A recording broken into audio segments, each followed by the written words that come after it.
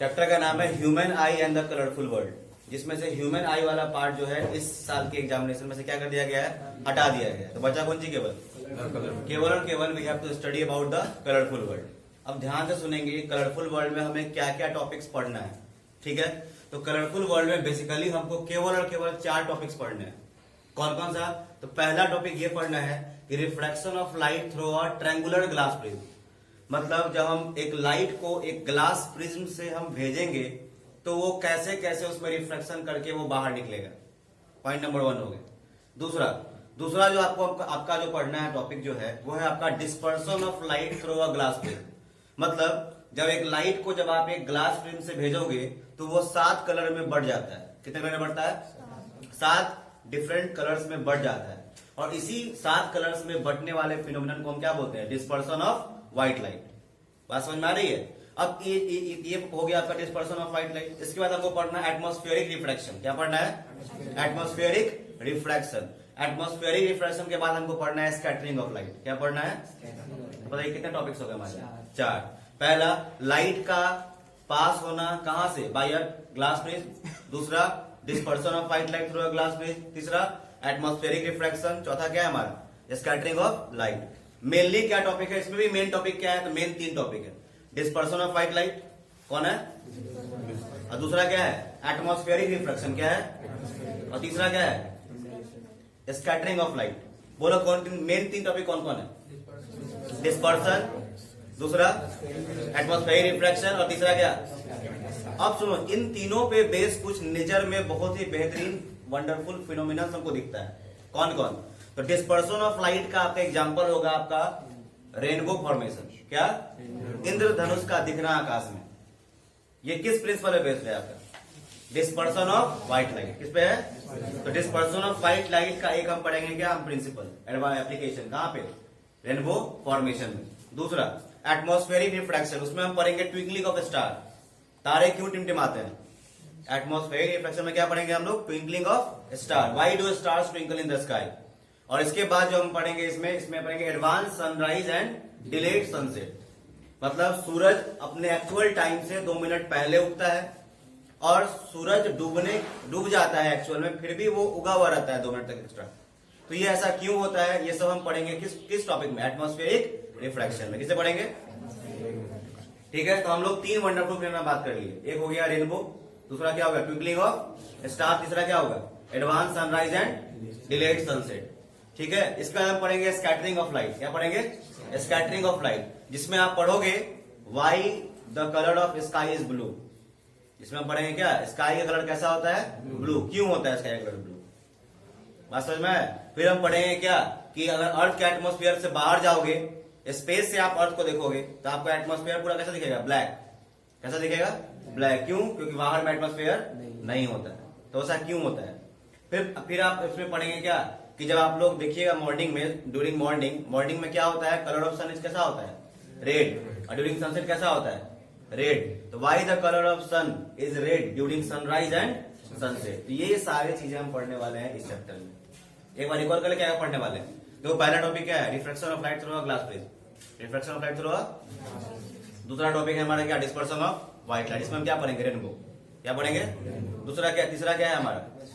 Atmospheric refraction. इसमें हम पढ़ेंगे क्या? Twinkling of star, advance sunrise and delayed sunset. उसके बाद हम क्या पढ़ेंगे? Scattering of light. इसमें पढ़ेंगे why the colour of sky is blue, why the colour of sun is red at sunrise and sunset. फिर हम क्या पढ़ेंगे इसमें? हम एक और बताएं आपको। क्या बताएं? बताइए क्या? Why the atmosphere is black. फिर हम समझ में आ रहा है ना बात? तो ये सारी चीजें पढ़ेंगे। तो हम स्टार्ट करते हैं टॉपिक। पहला टॉपिक इसका नाम क्या है? Refraction of light through a triangular glass prism. ठीक है, चलिए देख लो, ऐसे टॉपिक है ना, फटाफट देखिए। वही टॉपिक है।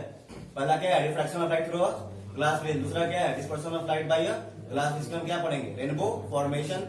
थर्ड में हम क्या पढ़ेंगे? Atmospheric refraction. इसमें हमको क्या पढ़ना है? हमको twinkling of star, advance sunrise and delayed sunset. फिर क्या है हमारा? Scattering of light. इसमें हम क्या पढ़ेंगे? Tyndall effect, colour of sky is blue, ऐसा क्यों होता है? फिर colour of sun at sunrise and sunset. अब आपको हम ये भी बता देते हैं कि कोई एक इसमें से नेचुरल फिनोमिनन आपके बोर्ड एग्जामिनेशन में पक्का 100% गारंटी के साथ आएगा, क्योंकि इस बार ह्यूमन आई वाला चैप्टर हटा दिया गया। केवल क्या बचा हुआ है?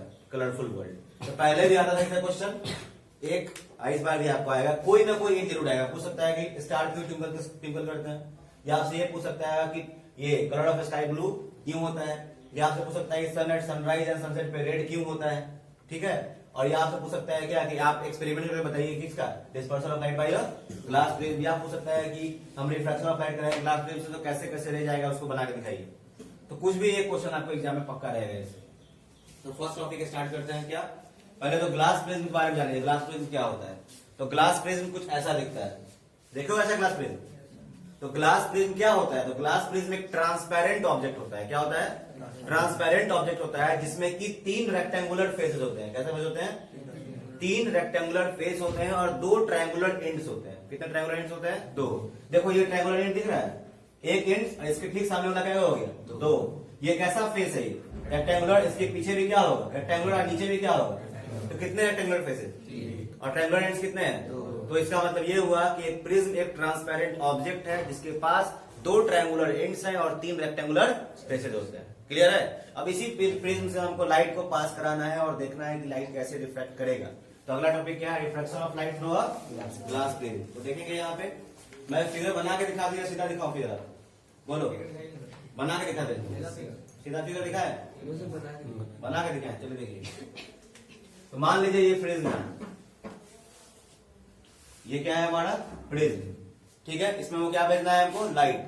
तो लाइट को जब आप भेजोगे ध्यान रखना है ये कौन सा मीडियम हो जाएगा, रेयर। ये क्या हो जाएगा, ये हमारा डेंसर मीडियम है, और फिर ये क्या हो जाएगा, रेयर मीडियम। पता है ना, when light goes from rarer medium to denser medium it bends toward the normal, and when light goes from denser medium to rarer medium it bends away from the normal। इस logic का ही यहाँ पे काम आएगा। देखो तो हमने यहाँ लाइट को भेजा ऐसे, ठीक है।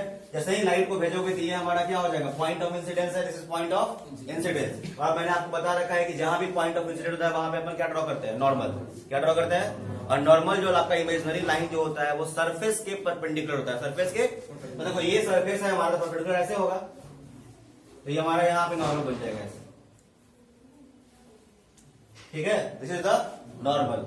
तो देखो this is the actual path of the incident ray, this is the actual path of the incident ray, isn't it.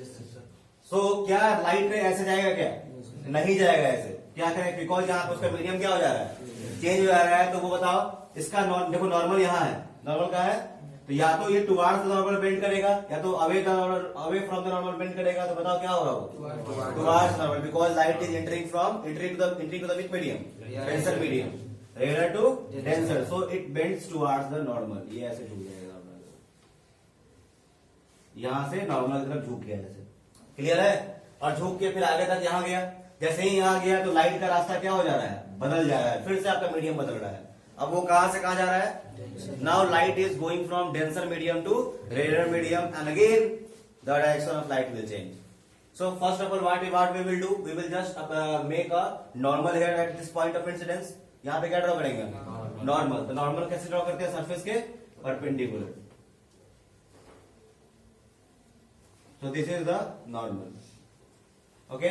So now we have 2 options. Either the light will bend towards the normal or away from the normal. तो बताइए क्या होगा, away from the normal. So now this light will not go towards the left side towards the normal, but it will go towards the right side. तो ये हो जाएगा ऐसे। बोलिए समझ में आया कि नहीं आया। तो ये यही आपका तरीका है जहां आपका लाइट रिफ्रैक्ट करता है through a triangular glass prism. अब ध्यान देंगे, अब हम देखेंगे कि लाइट अपने रास्ता से कितना डेविएट किया है, कितना भटका है। तो कितना भटकने के लिए पहला वाला इंसिडेंट है, और लास्ट में जो निकला है उसका हम एक्सटेंडेड पोर्शन देखेंगे। तो इसका एक्सटेंडेड पोर्शन यही है, मतलब लाइट हमारा ऐसे जाना चाहिए था, लेकिन गया क्या ऐसे, गया कैसे, नहीं गया, गया ऐसे। तो जो गया ऐसे, इसको पीछे क्यों एक्सटेंड करते हैं, तो इतने एंगल का अंतर है, बताइए। देखो लाइट जाना चाहिए था ऐसे, लेकिन ऐसे गया क्या, नहीं, इतना एंगल का अंतर है। तो ये जो एंगल का ये जो अंतर है इसी को क्या बोलते हैं, एंगल ऑफ डेविएशन। ये हमारा इसको ऐसे दिखाते हैं एंगल ऑफ डेविएशन, इस तरीके से। ये एंगल हमारा ये एंगल का मैंने सिंबल दिया इस तरीके से, इसको हम क्या बोलेंगे, एंगल ऑफ डेविएशन। बोलिए समझ में आ रहा है कि नहीं आ रहा है। तो जो लाइट इंटर किया उस लाइट को हम क्या बोलते हैं, कौन सा है, कौन सा रे? Incident ray. और जो लाइट अंदर जो टप्पा है घुसा है उसको क्या बोलेंगे? ये हो गया आपका रिफ्रैक्टेड रे। तो एक काम करते हैं, नाम दे देते हैं। मान लो इसका नाम है ए बी सी, सी दिए, इसका नाम क्या दिया? डी। तो बताओ आपके हमको ए बी कौन सा रे है? Incident ray. बताओ बी सी कौन सा रे है? रिफ्रैक्टेड रे। कौन सा रे है? रिफ्रैक्टेड रे। बताओ फिर सी डी कौन सा रे? ध्यान रखिए, जो रे निकलता है बाहर उसको बोलते हैं इमर्जेंट रे। क्या बोलते हैं? जो रे आखिरी में बाहर निकलता है प्रिज्म से उसको हम क्या बोलते हैं? इमर्जेंट रे। तो बताइए सी डी कौन सा रे हो जाएगा? इमर्जेंट रे। ठीक है। और जितना एंगल इमर्जेंट रे नॉर्मल तक बनाएगा ना उसको बोलेंगे एंगल ऑफ इमरजेंस। क्या बोलेंगे? तो यहाँ पे क्या बन गया? ई। ई मतलब क्या होता है? Angle of emergence. और ये हमारा क्या है? Incident ray. क्या है हमारे यहाँ पे? ये इंसिडेंट रे। ठीक है। और ये हमारा कौन सा रे है? हमारा ये एंगल ऑफ क्या हो जाएगा? ये क्या हो जाएगा? Angle of refraction. क्या हो जाएगा? और ये क्या है हमारा? Angle of. देखो अगर आपको डिफाइन करना हो कि भाई एंगल ऑफ डेविएशन किसको बोलते हैं, तो जो एंगल किसके किसके बीच में बने? Actual path of the incident रे and the extended part of कौन सा रे? Emergent ray. Angle form between the actual path of the incident रे and the extended portion of कौन सा रे? Emergent ray is called angle of deviation. What is emergent ray? The रे finally coming out of the glass prism is called emergent ray. जो रे last में आखिरी में निकल रहा है बाहर प्रिज्म से उसको हम क्या बोलते हैं? Emergent ray. बोलिए क्लियर है? ये बोलिए क्लियर है? मिटा दें? मिटा दें इसको? क्या हुआ? अरे देखो ना, ये ऐसे जाना चाहिए था ना। तो कितना भटका, ये इतना ही भटका ना। तो कोण यही ना बन रहा है। बोलो। और इस एंगल को बोलते हैं हम एंगल ऑफ प्रिज्म। क्या बोलते हैं? ये प्रिज्म का एंगल है, ए से दिखाते हैं। एंगल ऑफ प्रिज्म है ये। समझ में आया कि नहीं? प्रिज्म कितने एंगल पे है? डेल्टा का साइन। हाँ वेरी गुड, डेल्टा का साइन। इससे हमने डिनोट किया किसको? डेविएशन को। किसे दिखाया है? डेविएशन को दिखाया। बोलिए समझ में आ रहा है? आप चाहो तो थीटा से भी दिखा सकते हो, लेकिन जनरली हम किससे दिखाते हैं उसको? Delta sign. कोई दिक्कत है? बोलिए कोई दिक्कत है? आगे बढ़ जाए ना। चलो अब इसको हम दिखाते हैं, जो स्लाइड में बना हुआ है फिर उससे दिखाते हैं, आपको समझ में आएगा। चलो तो देखिए ये स्लाइड है, यही था ना? यही था ना? देखिए तो क्या हुआ? लाइट इंटर किया, प्रिज्म में गया, टप्पा खाया, टप्पा खाने के बाद क्या हुआ? Bends towards the normal. देखो नॉर्मल यही है अंदर में, तो नॉर्मल की तरफ झुक गया, फिर ऐसे गया, फिर यहाँ पे क्या हो रहा है? डेंसर से किस में जा रहा है? रेयर। तो देखो नॉर्मल ऐसे जाना, इसको जाना चाहिए था ऐसे। तो यहाँ से या तो नॉर्मल की तरफ जा सकता था या तो क्या होता था? अवे हो सकता था। तो क्या हुआ? ये अवे फ्रॉम द नॉर्मल चला गया। और देखो एक्सटेंडेड इंसिडेंस रे और इमरजेंट रे के बीच में जो एंगल बना कोण, उसको किसे दिखाते हैं? Angle of deviation. डी से भी दिखा सकते हो। कोई दिक्कत है? बोलिए। अगर आपको एग्जाम में आता है कि ये बोले कि इसको करके दिखाइए, या रिफ्लेक्शन लिखा हुआ है, क्या होगा यहाँ पे? रिफ्रैक्शन होगा। ये गलत लिखा हुआ है, रिफ्रैक्शन ऑफ लाइट। बिकॉज क्या है? रिफ्लेक्शन हो रहा है। क्या हो रहा है? रिफ्रैक्शन। तो बोलिए क्लियर है ये टॉपिक? अब इसके बारे में बेसिकली आपको लिखा होगा पूरा डिटेल्स में, तो पढ़ना जरूरी है। समझ जाओगे इसको? चलो इसके बारे में आप कंटेंट पढ़ा नहीं रहे हैं पूरा। इसके बारे में आपको डिस्क्रिप्शन यहाँ दिया हुआ है पूरा, कैसे कैसे रे इंटर कर रहा है, कैसे गया अंदर, फिर वहां से कैसे इमर्जेंट किया, पूरा इसमें लिखा हुआ है। इसमें पढ़ लीजिएगा। ठीक है आगे बढ़े। तो नेक्स्ट टॉपिक क्या है?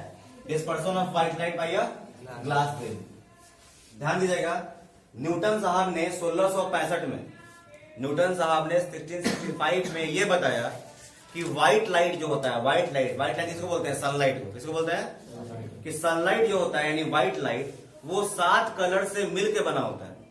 उन्होंने क्या बताया? कि white light is made up of how many colours? 7 colours. कैसे बताया? तो उन्होंने एक सनलाइट को, यानी एक रे ऑफ लाइट, जो सनलाइट जो बोल सकते हो या व्हाइट लाइट बोल सकते हो, उसको उन्होंने एक ग्लास प्रिज्म से पास कराया। और जब पास कराया तो देखा क्या कि स्क्रीन पे उनको कितने कलर्स दिखे? 7 कलर्स। कितने कलर्स दिखे? 7 कलर्स दिखा। तो 7 कलर्स दिखा तो उन्होंने बोला क्या कि व्हाइट कलर कितने कलर से बना हुआ है? 7 कलर से बना हुआ है। मतलब उन्होंने जब व्हाइट कलर को जब पास कराया ग्लास प्रिज्म से, तो व्हाइट कलर स्प्लिट हो गया, बट गया। कितने कलर्स में? 7 कलर्स में। और इस फिनोमिनन का, इस प्रॉपर्टी का, इस खासियत का नाम दिया गया, लाइट के इस खासियत का नाम दिया गया क्या? Dispersion of white light. क्या बोला गया? डिस्पर्सन ऑफ व्हाइट लाइट बोला गया। क्या बोला गया? तो अगर आपसे पूछा जाए डिस्पर्सन ऑफ व्हाइट लाइट में क्या होता है, तो बोलेंगे व्हाइट लाइट कितने कलर में बढ़ जाता है? 7 कलर में बढ़ जाता है। कब बढ़ता है? जब वो कहां से पास करता है? ग्लास प्रिज्म से। तो बोल सकते हैं कि when a white light passes through a glass prism it splits into 7 constituents colours. Constituent मतलब क्या, जिनसे वो क्या है, बना हुआ है। कितना कलर से बन जाता है? 7 constituents colours and this phenomenon of light is known as dispersion of white light. कौन कौन कलर्स थे? तो विबग्योर। पैटर्न क्या था? विबग्योर। विबग्योर में VIBGYOR। V का मतलब क्या होता है? वॉयलेट। I का मतलब क्या होता है? इंडिगो। B का मतलब क्या होता है? ब्लू। O का मतलब क्या होता है? Y का मतलब क्या होता है? येलो। O का मतलब क्या होता है? ऑरेंज। R का मतलब क्या होता है? रेड। अब इसी बात को हम देखने जा रहे हैं यहाँ पे। तो देखिए यहाँ पे क्या हुआ, देखो, देखना, लाइट ऑफ करना वहां से, आपके जस्ट पीछे पीछे, कोई दिक्कत नहीं, आ जाएगा, डोंट वरी। यहाँ पे क्या हो रहा है बताइए? व्हाइट लाइट पास कर रहा है। यहाँ पे देखो, आप व्हाइट लाइट गया, प्रिज्म पे टपका खाया, जैसे ही आपको प्रिज्म में एंटर किया, वो कितने कलर में बढ़ गया? देखो क्या, ये 7 कलर से बढ़ गया, और यहाँ पे स्क्रीन पे हमको कितने कलर दिखेंगे? 7। ठीक है। और लाइट के इसी फिनोमेनन को हम क्या बोलते हैं? Dispersion of light. क्या बोलते हैं? डिस्पर्सन। देखो, इससे बढ़िया आपको इसमें दिखेगा, जो आप लोगों को दिखाए थे। दिख रहा है? व्हाइट लाइट गया, प्रिज्म में फॉल किया, और प्रिज्म से कितना कलर बढ़ रहा है? अब ध्यान रखिएगा, ये जो 7 कलर का जो हमको जो बैंड दिख रहा है, बैंड, गुच्छा, ठीक है, कलेक्शन। बैंड का मतलब क्या होता है? इस बैंड ऑफ 7 कलर्स को हम लोग बोलते हैं क्या? स्पेक्ट्रम। क्या बोलते हैं? देखो, इस बैंड ऑफ 7 कलर्स को हमने क्या नाम दिया है? स्पेक्ट्रम बोलते हैं। क्या बोलते हैं? तो बताओ, स्पेक्ट्रम में कितने कलर्स होते हैं? 7 कलर्स। बात समझ में आ रहा है? इस व्हाट इज स्पेक्ट्रम? कितना हो जाएगा? कलेक्शन ऑफ कितना कलर्स? 7 कलर्स को हम क्या बोलते हैं? स्पेक्ट्रम। क्लियर है? अरे बोलिए ना। चलिए, अब इसको हम एनसीईआरटी का डायग्राम देखते हैं। एनसीईआरटी में ही दिया हुआ है, आप भी एग्जाम में यही ड्रॉ करो। क्लियर है?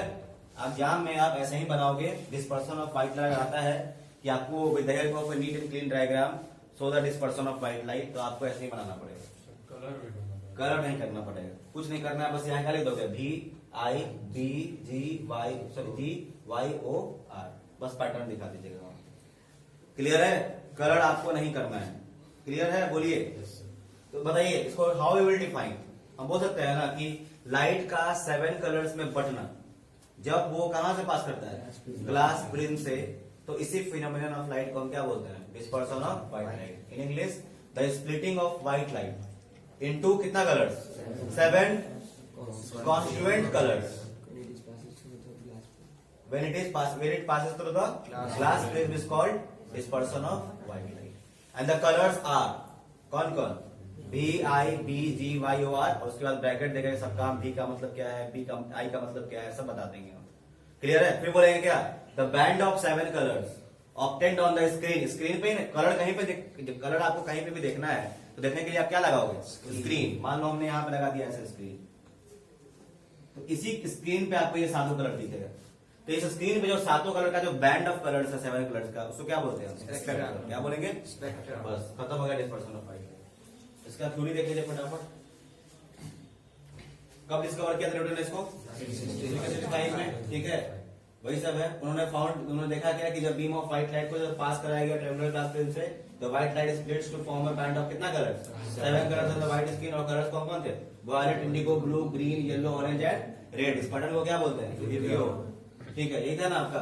What is the definition? देखो सबसे लास्ट में ऑरेंज कलर से लिखा होगा क्या है? The splitting of white light into its 7 constituent colors when it passes through a prism is called dispersion of white light। अब ध्यान दीजिएगा, इसमें एक चीज और ध्यान देना है। आप देखो, सबसे ज्यादा डेविएशन, झुका कौन सा कलर है?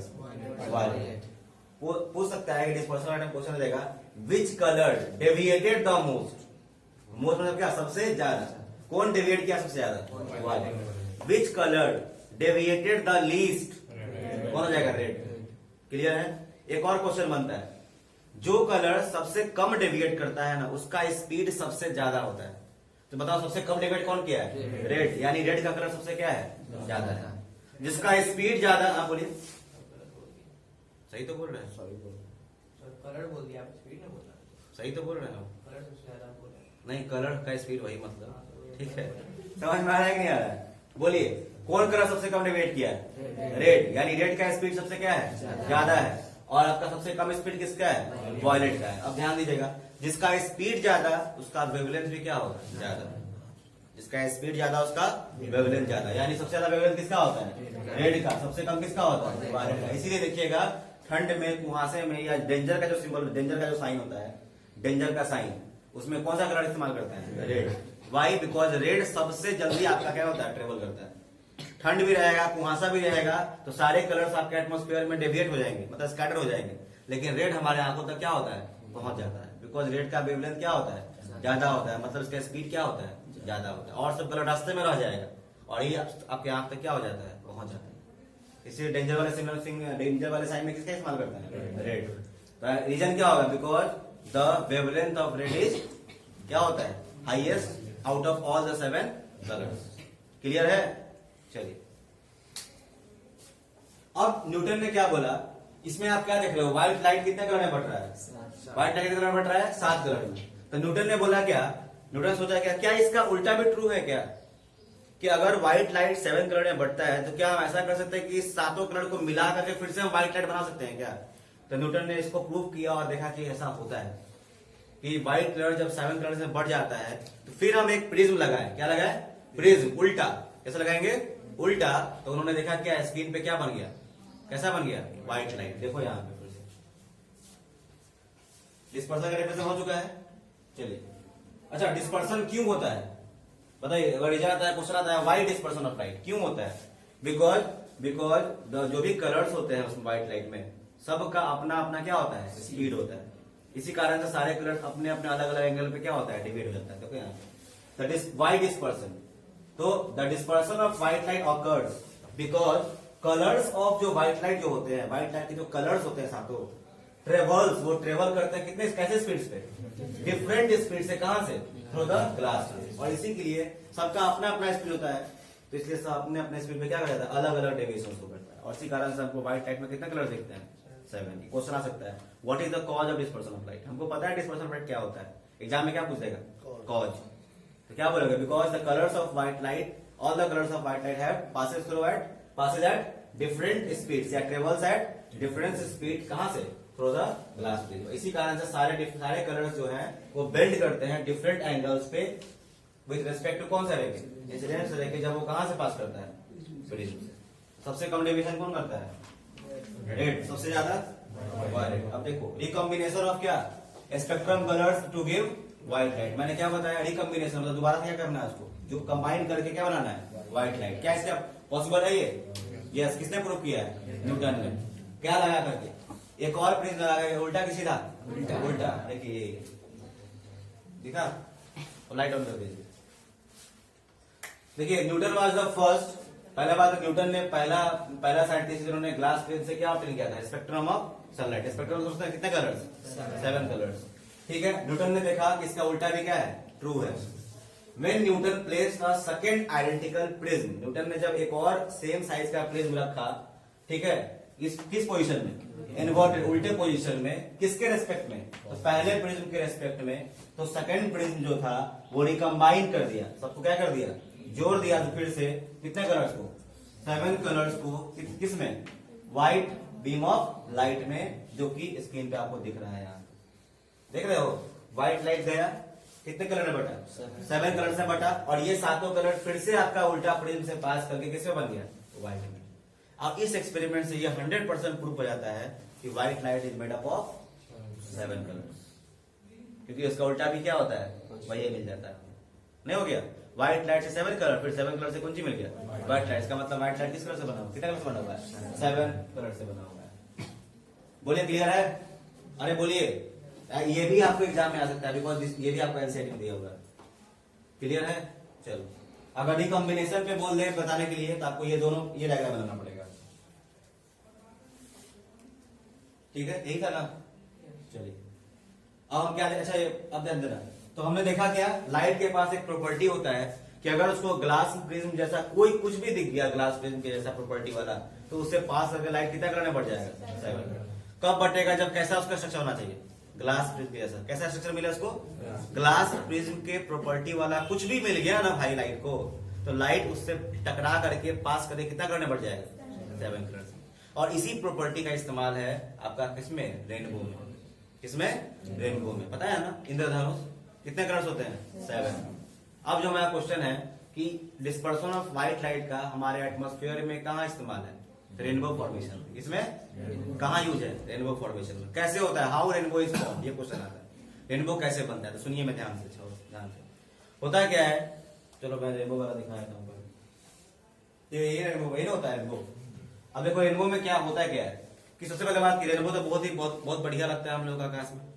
क्यों होता है रेनबो, बनता है क्यों है? तो होता क्या है कि जब बारिश होती है, हिंदी में समझिए, जब बारिश होती है तो बारिश होने के जस्ट बाद ही जब सनलाइट आ जाता है, बारिश खत्म हुआ और सनलाइट अचानक से उग गया, तो सन उग गया, तो अचानक जब सन उगता है तो वाटर ड्रॉपलेट्स जो होते हैं, पानी की बूंदे, वो पूरी तरीके से ऊपर से अभी तक धरती पे गिरा हुआ नहीं होता है। कुछ बूंद आपका पानी का वाटर ड्रॉपलेट्स अभी भी एटमॉस्फेयर में रहता है। बात समझ में आ रहा है?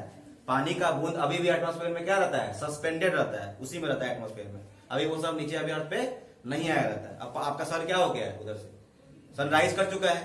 होता है क्या है, तो सारे वाटर ड्रॉपलेट्स जो भी हमारे आकाश में है वो सारा प्रिज्म के जैसा बिहेव करता है। कैसा बिहेव करता है? कौन? वाटर ड्रॉपलेट्स, पानी की बूंदें कैसा बिहेव करती हैं? प्रिज्म की तरह। तो जब सनलाइट उस वाटर ड्रॉपलेट में पड़ता है तो वाटर ड्रॉपलेट कैसे बिहेव करता है? प्रिज्म की तरह। तो लाइट उस वाटर ड्रॉपलेट पर टप्पा खाता है, फॉल करता है, और प्रिज्म क्या करता है? उस लाइट का क्या करता है? डिस्पर्सन कर देता है। क्या करता है? डिस्पर्सन। तो मान लो यहाँ पे देखो, याद रहे दिखा रहा है, मान लो कि ये वाटर का क्या है? ड्रॉपलेट है। क्या है? वाटर का, ये पानी का बूंद है, और सन यहाँ है, यहाँ पे ये मान लो ऐसे दिखा, देखो ये है हमारा सन, ठीक है। तो सन से क्या निकला? सनलाइट गया और इस वाटर ड्रॉप यानी रेन ड्रॉप पे फॉल किया। फॉल करने के बाद ये वाटर ड्रॉप क्या करता है? उस सनलाइट को वो डिस्पर्स कर देता है। क्या करता है? डिस्पर्स करता है, मतलब 7 कलर में कितना करता है? बांट देता है। और ये जब 7 कलर में बढ़ जाता है तो ऐसे क्या, ऊपर में रेड दिख रहा है और नीचे में क्या है आपका? वायलेट, अब बीच में सारा कलर्स है। तो वो सारे कलर्स को नहीं दिखाया, केवल ऊपर वाला से दिखाया है, नीचे वाले को गया। और जैसे ही रेन ड्रॉप के इस वाले लास्ट वाले आपका सरफेस पे जब वो पड़ता है तो लास्ट वाला सरफेस जो है उस सारे डिस्पर्स लाइट का टोटल इंटरनल रिफ्लेक्शन कर देता है। क्या करता है? Total internal. देखो यहाँ पे क्या हुआ है? यहाँ पे क्या हुआ है? डिस्पर्सन। इस जगह क्या हुआ है? और यहाँ पे क्या करता है वो? TIR का मतलब क्या होता है? टोटल इंटरनल, और क्या होता है? रिफ्लेक्शन। ठीक है, जिस कारण से ये सातों का सातों कलर फिर यहां से रिफ्लेक्ट होके इस वाले सरफेस पे आता है, और ये वाला सरफेस फिर से उसको रिफ्रैक्ट कर देता है। क्या करता है? रिफ्रैक्ट। यहाँ पे क्या हो गया? फिर आपका रिफ्लेक्शन हो जाता है। क्या होता है? रिफ्लेक्शन। और रिफ्लेक्शन होके ये सातों कलर कहां पहुंचता है? हमारे आंख पे। कहां आता है? हमारे आई पे आता है। और जब हमारे आंखों पे ये सातों कलर आता है तो हमारा आई क्या करता है? आई के पास जो सातों कलर जो पहुंचता है ना, तो हमारे आई उसका इमेज बनाता है एकदम किधर? स्ट्रेट। हमारा आई कैसा इमेज बनाता है? स्ट्रेट। तो स्ट्रेट जब बनाएगा, इधर देखो यही ना ले आया है, इसका स्ट्रेट इमेज इधर बनेगा। देखो ऐसा ही ना, क्या बताइए? ऊपर देखो, यहाँ ऊपर में क्या है? रेड, और नीचे क्या है? तो ऊपर में क्या रहेगा? रेड, नीचे क्या रहेगा? वायलेट। और आपको एटमॉस्फेयर में ऐसा ही दिखेगा।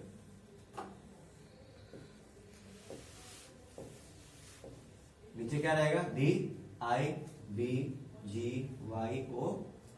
और एक चीज आपने गौर किया होगा, रेनबो किधर दिखता है? सन के बिल्कुल अपोजिट, ठीक सामने। समझ में आया कि नहीं आया? तो इस तरीके से हमको रेनबो दिखता है। कहां पे? स्काई में। बोले समझ में आया कि नहीं आया? मैं फिर से बता रहा हूं कि just after the rain shower some water droplets remain suspended in the air. ठीक है, कुछ वाटर ड्रॉपलेट कहां पे सस्पेंडेड होता है? So when the sun rises, the sunlight, ऐसा बोल सकते हैं क्या कि each water droplet acts like a prism.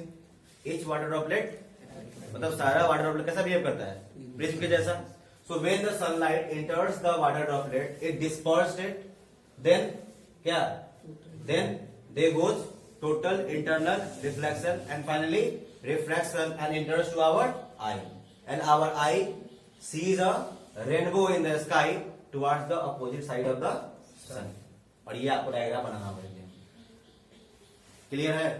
बोलिए सर। हाँ बोलिए सर, अभी टोटल इंटरनल रिफ्लेक्शन क्यों है? रिफ्लेक्शन क्यों नहीं है? इसलिए नहीं हुआ है कि जब आपका angle of incidence critical angle के बराबर हो जाता है, ठीक है। देखो एंगल ऑफ इंसिडेंस और एंगल ऑफ रिफ्रैक्शन, वैसा एंगल ऑफ इंसिडेंस जिसपे एंगल ऑफ रिफ्रैक्शन 90 डिग्री हो जाए, उस एंगल को क्या बोलते हैं, उस एंगल उसको क्या बोलते हैं, क्रिटिकल एंगल। और जब क्रिटिकल एंगल से भी ज्यादा हो जाता है एंगल ऑफ इंसिडेंस, तो हो जाता है क्या आपका टोटल इंटरनल रिफ्लेक्शन। मैं दिखाता हूं, आपको समझ में आ जाएगा।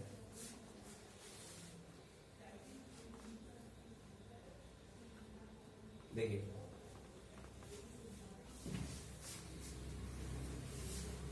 ये है आपका 12th का टॉपिक, पता है, TIR, टोटल इंटरनल रिफ्लेक्शन। जब आप पढ़ोगे क्या ऑप्टिकल फाइबर के बारे में पढ़ोगे ना, ऑप्टिकल फाइबर का नाम सुने हो, इसमें नेट जो रहता है ऑप्टिकल फाइबर से, उसमें लाइट टोटल TIR करता है, 12th में पढ़ना है ये। देखो जब एंगल वैसा एंगल ऑफ इंसिडेंस जिसपे एंगल ऑफ रिफ्लेक्शन कितना हो जाए, 90 डिग्री हो जाए, तो उस एंगल ऑफ इंसिडेंस को हम क्या बोलते हैं, इस यहाँ पे जो एंगल ऑफ इंसिडेंस है उसको क्या बोलेंगे, क्रिटिकल एंगल, क्या बोलेंगे। और जब इससे भी ज्यादा हो जाता है एंगल ऑफ इंसिडेंस, तो आपका क्या हो जाता है, वो रिफ्लेक्ट कर जाता है। दिखा, देखो ऐसे गया और यहाँ पे एंगल ऑफ रिफ्लेक्शन हुआ, यहाँ पे ये क्या है हमारा एंगल ऑफ रिफ्लेक्शन कितना है, 90। तो इस एंगल को क्या बोलेंगे हम, यहाँ पे जो एंगल ऑफ इंसिडेंस जो भी होगा उसको हम क्या बोलेंगे, क्रिटिकल एंगल, क्या बोलेंगे। और जब एंगल ऑफ इंसिडेंस उस वाले एंगल से भी ज्यादा हो जाएगा, उससे भी ज्यादा कर दिया हम, तो भाई ये जो लाइट रे जो आपका देख रहे हो रिफ्लेक्ट होकर यहाँ से आया, वो कहाँ आ जाएगा, अंदर में से। तो देखो, तो यहाँ पे angle of incidence critical angle से क्या है, ज्यादा है। तो वही फंडा कहाँ होता है, रेनबो में। तो इतना दिमाग मत रखिए, इतना याद रखिए कि भाई रेनबो क्या करता है, पहले क्या कराता है, डिस्पर्सन, फिर क्या टोटल रिफ्लेक्शन, फिर क्या कराता है, रिफ्रैक्शन, और तब रे कहाँ पहुंचता है हमारे। आपसे कभी नहीं पूछा जाएगा बोर्ड एग्जामिनेशन में 12th में कि TIR क्या होता है, टोटल रिफ्लेक्शन क्या हुआ। आप बोले 12th का सिलेबस है, लेकिन 10th में कभी भी आपसे नहीं पूछेगा कि टोटल इंटरनल रिफ्लेक्शन क्या होता है। समझ में आ रहा है कि नहीं आ रहा है। चलिए क्या ठीक है आप आए? 12th में नहीं पूछेगा। Yes sir. हो सकता है कि मेरे से हो सकता है स्लीप फॉर्स हो गया हो। चलिए यहां तक कोई दिक्कत, इसका वो देख लीजिए आप लोग। रेनबो क्या लिखा हुआ है, it is a wonderful phenomenon provided by nature. वो अपीयर होता है स्काई में कब, just after the rains over, बारिश के बाद दिखता है। It always form in the direction opposite to that of sun. फिर देखो रेनबो कैसे बनता है, तो देखो लिखा हुआ है the rain drops in the atmosphere. कैसा बिहेव करता है, कैसा बिहेव करता है, स्मॉल प्रिज्म की जैसा। व्हेन व्हाइट लाइट यानी सनलाइट या व्हाइट सनलाइट इंटर्स करता है कहाँ पे, वाटर ड्रॉपलेट में जब घुसता है तो पहले वो रिफ्रैक्ट करता है और क्या हो जाता है, डिस्पर्स हो जाता है। रिफ्रैक्ट होगा तब डिस्पर्स होगा। They refract and disperse the incident sunlight. समझ में आया, क्या कर दिया उसको, रिफ्रैक्ट क्या कर दिया, डिस्पर्स करा दिया। देन उसके बाद उसको क्या करता है, वो रिफ्लेक्ट कर लेता है इंटरनली, और फाइनली वहां पे क्या करता है, वो रिफ्रैक्ट करता है इसको अगेन। और जब when it come out of the rain drop, जब वो रे कहां से निकलता है, रेन ड्रॉप से बाहर। इस तरीके से due to the dispersion of light, total internal reflection और क्या रिफ्रैक्शन, डिफरेंट कलर्स हमारे आंखों में क्या होता है, पहुंचता है, यानी ऑब्जर्वर के आंखों में पहुंचता है। एंड हेंस इसी तरीके से we see a rainbow in the sky. बोलिए क्लियर है, अरे क्लियर है। बताइए रेनबो जो फॉर्मेशन है वो लाइट के किस प्रॉपर्टी का इस्तेमाल करता है, डिस्पर्सन ऑफ लाइट, इसका। खत्म हो गया रेनबो। अब हम लोग पढ़ेंगे क्या, एटमॉस्फेरिक रिफ्रैक्शन। बताओ यहाँ एटमॉस्फेरिक रिफ्रैक्शन में क्या लिखा हुआ है, एटमॉस्फेरिक रिफ्रैक्शन मतलब कौन रिफ्रैक्शन करवाएगा। अब एटमॉस्फेयर में लाइट का रिफ्रैक्शन कैसे हो जाएगा, ध्यान दीजिएगा। आपको पता है ना रिफ्रैक्शन कब होता है, जब मीडियम क्या होता है, बदलता है। अब लाइट का मीडियम एटमॉस्फेयर में कैसे बदल जाता है, समझिएगा अच्छे से। हमारा जो एटमॉस्फेयर है अर्थ के ऊपर, इसमें पूरा एयर भरा हुआ है, पूरा क्या है इसमें एयर। और एयर आपको ठंडा होता है, गर्म होता है। नीचे का एयर होता है ठंडा, और जैसे जैसे आप ऊपर बढ़ोगे आपको एयर कैसा होता जाएगा, गर्म। ठंडा एयर जो होता है वो भारी होता है, उसका डेंसिटी ज्यादा होता है। और जो गर्म एयर होता है उसका डेंसिटी क्या होता है, कम। तो जो भारी एयर है वो डेंसर मीडियम हो गया, और जो हल्का एयर है वार्म एयर हो गया, वो क्या हो गया, रेयर मीडियम।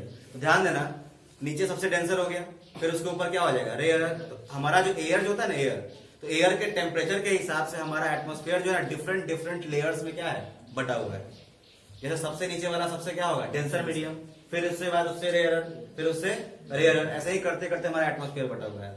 तो सबसे ऊपर में रेयर मीडियम, फिर नीचे क्या होगा, डेंसर, फिर उससे नीचे क्या होगा, डेंसर, फिर डेंसर, फिर डेंसर, फिर डेंसर करते करते आ रहा है। तो लाइट रे जब एटमॉस्फेयर में एंटर करता है तो उसको कंटिन्यूअसली, अच्छा रेयर टू डेंसर में लाइट एंटर करेगा तो क्या होगा, बेंड्स टुवर्ड द तो जब लाइट रे जब अर्थ एटमॉस्फेयर में घुसता है तो उसको कैसा कैसा लेयर्स मिल रहा है, रेयर टू डेंसर, तो वो कंटिन्यूअसली नॉर्मल तरफ क्या होते जाता है, झुकते जाता है और तब हमारे आंखों में पहुंचता है। तो हमारे बताओ इसमें लाइट क्या, इसमें हमारा एटमॉस्फेयर लाइट का क्या करवा रहा है, रिफ्रैक्शन करवा रहा है, नहीं करवा रहा है। तो इसी प्रॉपर्टी को क्या बोलते हैं, atmospheric refraction. The refraction of light made by the earth atmosphere is called atmospheric refraction.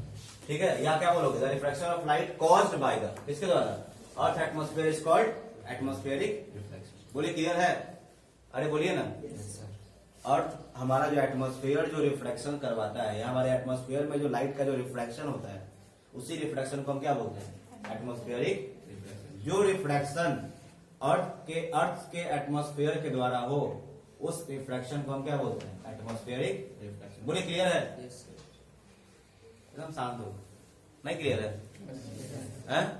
Refraction कौन करवा रहा है, इसीलिए इसको क्या बोलते हैं, बस। अब इसके चलते हमारे नेचर में कुछ वंडरफुल फिनोमिनन्स देखते हैं, 3 दिखेगा, देखिएगा। पहला ट्विंकलिंग ऑफ स्टार, इस पे क्या आएगा, पहला क्या आएगा, ट्विंकलिंग ऑफ स्टार। इसमें एग्जाम में क्वेश्चन आ सकता है, why do stars twinkle in the sky, तो बिकॉज ऑफ एटमॉस्फेरिक रिफ्रैक्शन। दूसरा, advance sunrise and delayed sunset, और भी एक था डिलेड सनसेट, और इसमें पता एक था ना, star seems higher than their actual position, है ना। अच्छा, ये चीज आप लोगों ने फील किया नहीं किया होगा जिंदगी, आप लोग तारे देखते हैं ऊपर क्लास में, वो तारा का जो आपको तारा दिखता है हम लोगों को, वो तारा का एक्चुअल पोजीशन नहीं होता है। वो एक्चुअल पोजीशन में थोड़ा कहाँ दिखता है, ऊपर दिखता है। इसका रीजन हम देख लेंगे क्यों होता है। फिर स्टार टिमटिमाता है, ट्विंकलिंग ऑफ स्टार, इसका देखेंगे कॉज क्या है। और थर्ड क्या है, एडवांस सनराइज, मतलब सन पहले उग जाता है अपने टाइम से, मतलब एक्चुअल सनराइज जो होता है उससे 2 मिनट क्या होता है, पहले उग जाता है। और जो डिलेड सनसेट, मतलब सनसेट डिले हो जाना, मतलब क्या, सनसेट हो भी गया है फिर भी आपका क्या होता है, सन हमको दिख रहा होता है। तो कितना मिनट का एक्स्ट्रा दिन होता है हमारे पास, 4 मिनट का। तो ये तीनों का रीजन हम लोग अभी देखेंगे। तो पहला टॉपिक क्या देखेंगे हम लोग, ट्विंकलिंग ऑफ स्टार। तो पहले देखो एटमॉस्फेरिक रिफ्रैक्शन, इसमें पूरा आपको कहानी लिखा हुआ है कि भाई ठंडा एयर होता है और एटमॉस्फेयर में कौन एयर होता है, गर्म एयर।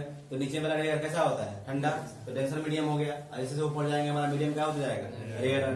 ठीक है, तो वही लिखा हुआ, जब लाइट रे पास करता है एटमॉस्फेयर से, जिसके पास बहुत सारे लेयर्स है अलग अलग डेंसिटी का, तो refraction of light takes place. तो लाइट क्या हो जाता है, रिफ्रैक्शन हो जाता है। और ये जो रिफ्रैक्शन ऑफ लाइट जो अर्थ एटमॉस्फेयर करवा रहा है, इसी को हम क्या बोलते हैं, एटमॉस्फेरिक रिफ्रैक्शन। बोले क्लियर है, अरे बोलिए ना। देखो हॉट एयर कौन सा मीडियम होता है, कोल्ड एयर कौन सा होता है, इसीलिए क्या होता है, रिफ्रैक्शन होता है, क्योंकि लाइट को इसी से पास करना है।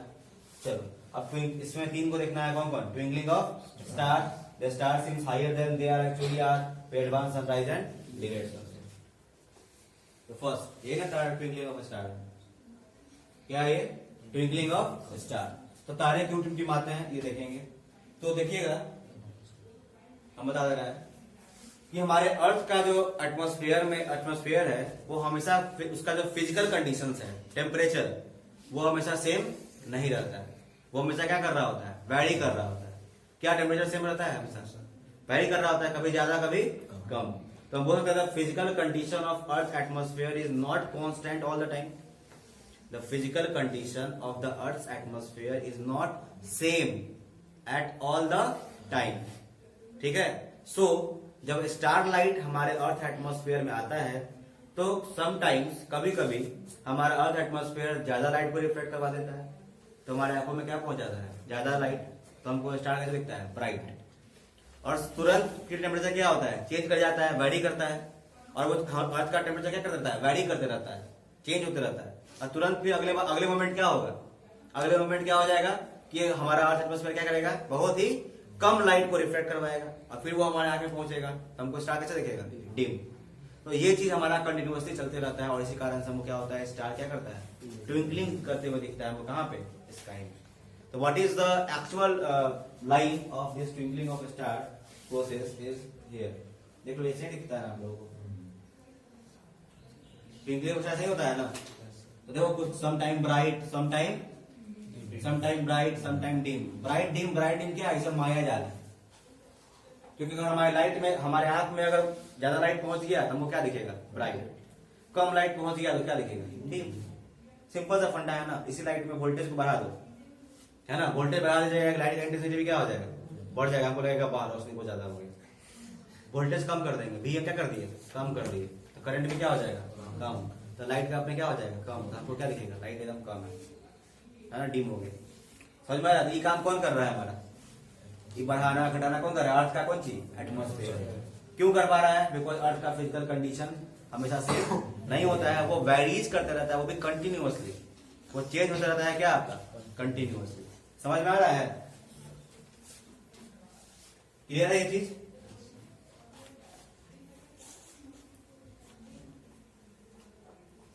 देखो एक ट्विंकलिंग ऑफ स्टार क्या है, जिसको मैं समझा देता हूं। देखो why do star twinkles in the sky, ठीक है, इसका आपका डेफिनेशन यहां से है, इस जगह से, इस जगह। तो पहले इसको समझ लेते हैं।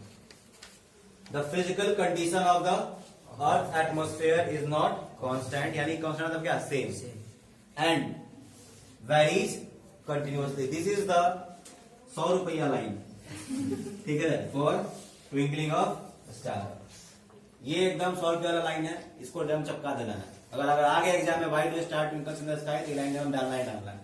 इस लाइन पे कोई भी एग्जामिनर खुश होकर आपको पूरा फुल नंबर देगा।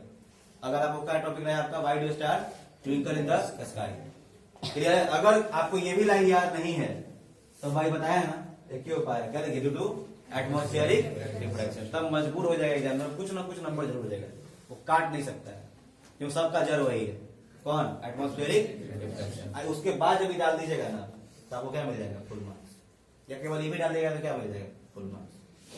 तो क्या होता है, ड्यू टू विच, जिसके चलते क्या होता है, अब फिजिकल कंडीशन सेम नहीं होता है, वो चेंज होते रहता है। इसके चलते क्या होता है कि सम टाइम, कभी कभी एटमॉस्फेयर जो है रिफ्रैक्ट कर देता है, कितना, most of the star light, मतलब ज्यादा से ज्यादा स्टार लाइट क्या कर देता है, वो रिफ्रैक्ट करा देता है, जिस कारण से स्टार को क्या दिखता है, ब्राइट। और sometimes it refract less star light, तो हमको स्टार कैसा दिखता है, डिम। किसको, ऑब्जर्वर के आई को जो देख रहा होता है। और इसी कारण से आपको स्टार क्या दिखता है, ट्विंकल्स इन द स्काई। बोले क्लियर है, why do star twinkles in the sky, clear हो गया। Because the physical condition of earth atmosphere is not constant all the time, it varies continuously. So sometime the earth atmosphere reflect most of the starlight, due to which the star appears bright, and sometimes it reflect only less amount of starlight, due to which the star appears dim. And this process goes on continuously.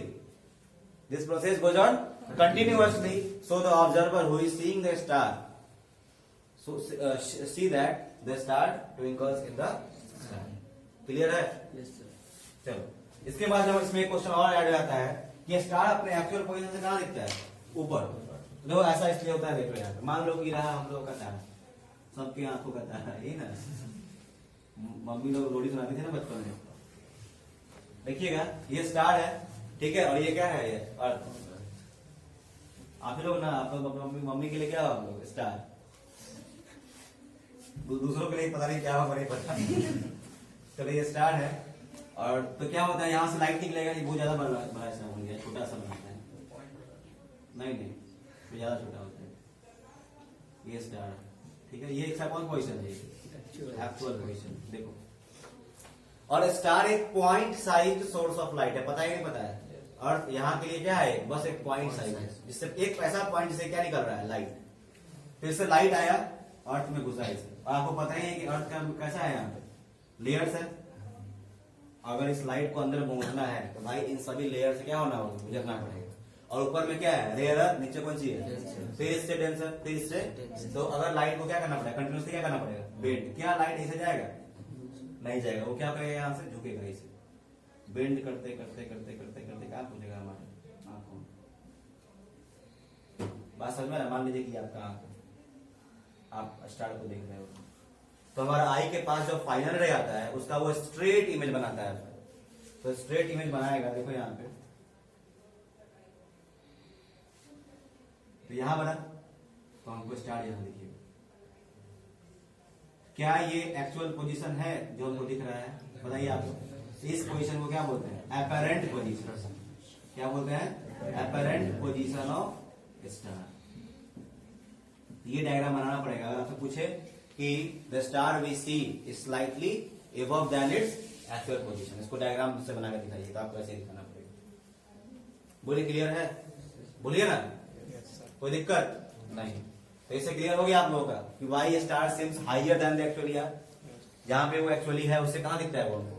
ऊपर। इसका आप लोग वो देख लीजिए, content दिख रहा है सबको? देखिए क्या लिखा हुआ है। Star light is a point size source of light. तो when the star light enters the earth atmosphere it undergoes refraction continuously. उसमें क्या होता है? कंटिन्यूअसली रिफ्लेक्शन होता है।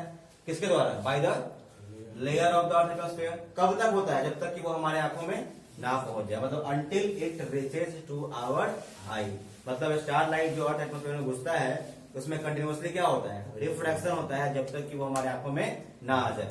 तो since atmosphere bends the star light towards the normal, atmosphere light क्या करता है? टुवर्ड्स द नॉर्मल क्या कर रहा है? बेंड कर रहा है।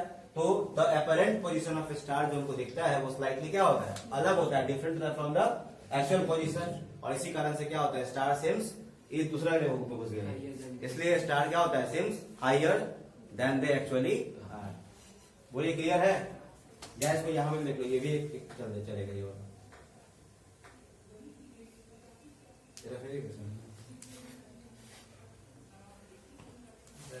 ये देखो, इसको पढ़िए फटाफट, विद इन 2 मिनट पढ़े खत्म कीजिए इसको। ये आपका आंसर है।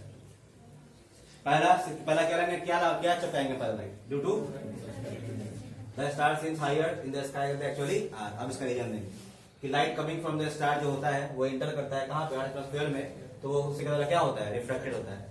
एयर जो होता है हाइयर इन द स्काई इस क्या होता है? रेयर। और नियर द अर्थ क्या होता है? डेंसर। सो इसी कारण से जब लाइट हमारा स्टार से आता है तो वो कंटिन्यूअसली क्या करता है? बेंड करता है टुवर्ड्स द नॉर्मल, जब तक कि वो कहां तक पहुंच जाए? रीच अर्थ तक। और इसी कारण से due to the reflection of sunlight the star appears to be higher position. Sir sunlight किस क्या हुआ?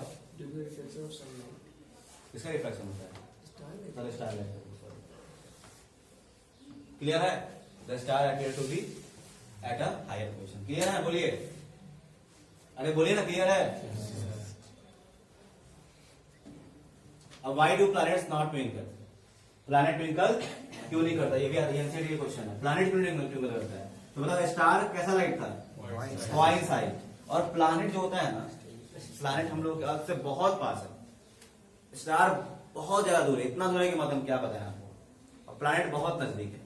तो प्लैनेट अर्थ के लिए क्या है? प्लैनेट से जो लाइट आता है वो क्या है? Extended source of light. वो एक बहुत बड़ा ऑब्जेक्ट लाइट आता है उसके लिए अर्थ पे। तो हमारा अर्थ का एटमॉस्फेयर जो वैरी भी करता है ना, तो उसके लाइट को उतना वो वैरी नहीं करवा पाता है। बात समझ में आ रहा है? जो अर्थ का जो एटमॉस्फेयर वैरी करता है ना, पता है ना, इसके कारण से हमारा स्टार लाइट भी क्या करता है? वैरी करता है। लेकिन उससे तो बहुत ज्यादा लाइट आ रहा है, तो क्या ज्यादा वेरिएशन होगा? कोई अंतर पड़ेगा? अर्थ पे भले ही टेम्परेचर कितना बदल जाए, इन्ने उन्ने हो जाए, तो उसके लाइट में कुछ वेरिएशन आएगा? नहीं आएगा। समझ में आ रहा है? नहीं आ रहा है? इसी कारण से क्या होता है? प्लैनेट ट्विंकल नहीं करता। क्या लिखोगे? ये लाइन जरूर लिखिएगा कि planets are much closer to the earth किसके देन द स्टार। या and are thus seen as कौन सा सोर्स ऑफ लाइट? एक्सटेंडेड या बिग सोर्स ऑफ लाइट है। सोर्स मतलब होता है जहां से लाइट निकलता है।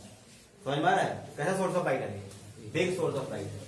और जो टोटल वेरिएशन जो होता है, टोटल वेरिएशन मतलब चेंज किसमें?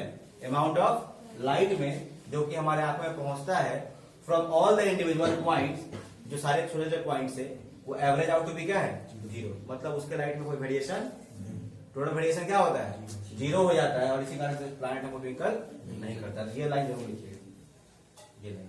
और ऊपर में क्या लिखेगा? Star is planet is extended या big source of light and it is very closer to the earth. Clear है? चलो,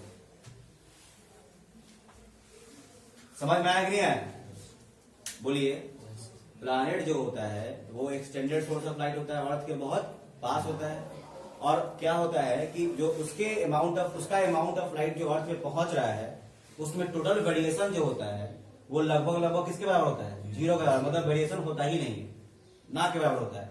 इसी कारण से प्लैनेट हमको ट्विंकल नहीं करता। आगे इसे हो गया, why star seems higher than the actual, हो गया नहीं?